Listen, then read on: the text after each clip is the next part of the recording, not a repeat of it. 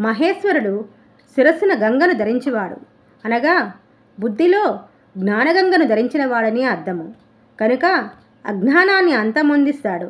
అంతేగాక గంగ పవిత్రతకు చిహ్నము. దానిని శిరస్సును ధరించడం అంటే పవిత్రమైన భావాలతో చరించాలని అర్థం. పవిత్రమైన భావాలు గలవారే పరమశివుని పాదాలు చేరగలరు.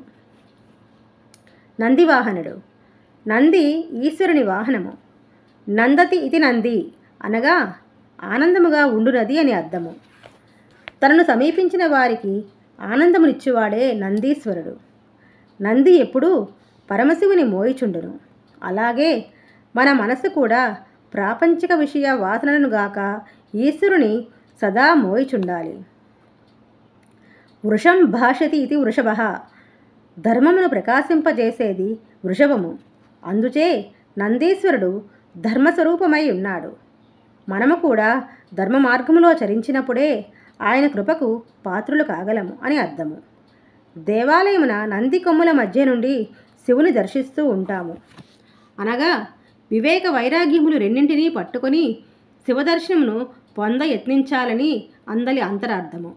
అంతేగాక రెండు ఆలోచనల మధ్యే పరమాత్మ దర్శనం జరగాలి. ఆలోచనలే లేని స్థితిలోనే భగవద్దర్శనం లభ్యం. కనుక ఒక ఆలోచన వచ్చి మరో ఆలోచన రావడానికి సిద్ధంగా ఉన్న మధ్యకాలంలో శివుని దర్శించాలి అని దీని అర్థము. ఆది భిక్షువు. అందరికీ భిక్షం పెట్టే శివుడు విభూది రాసుకొని ఒక చేతిలో త్రిశూలం, మరో చేతిలో కపాలపాత్ర ధరించి అందరికీ భిక్ష పట్టమని ఆర్థిస్తున్నాడు.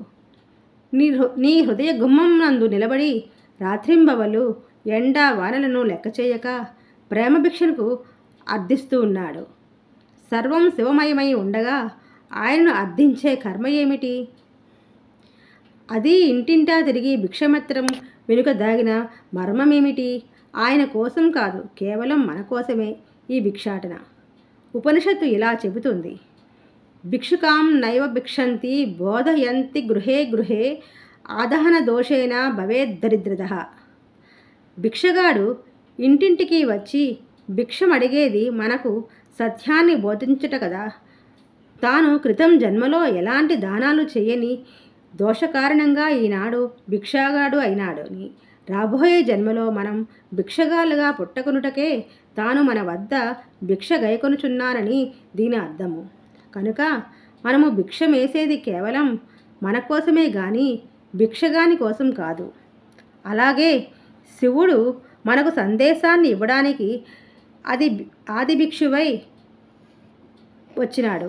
ఈ ప్రపంచము అశాశ్వతమని, ఇందలి ప్రేమలు మోసపూరితమైనవని, ఆయువు తీరేలోగా తనకే ప్రేమను సమర్పించి పూర్ణత్వం పొందమని అక్షయపాత్రలో మనకు దర్శనమిస్తారు. పరమశివుని కాదని ప్రపంచాన్ని ప్రేమించి ఓడిపోయిన వారు చివరికి మజిలీలుగా వల్ల కాటికి చేరినప్పుడు అక్కడ మళ్ళీ తానే దర్శనమిస్తాడు. నిన్ను ఒంటరిగా మట్టిలో పడేసి వెళ్ళిన వారి బంధాన్ని నీకు గుర్తు చేసి నీతో తోడుగా ఉండడానికే శ్మశానాన్ని నివాసం చేసుకున్న ప్రేమమూర్తి పరమశివుడు.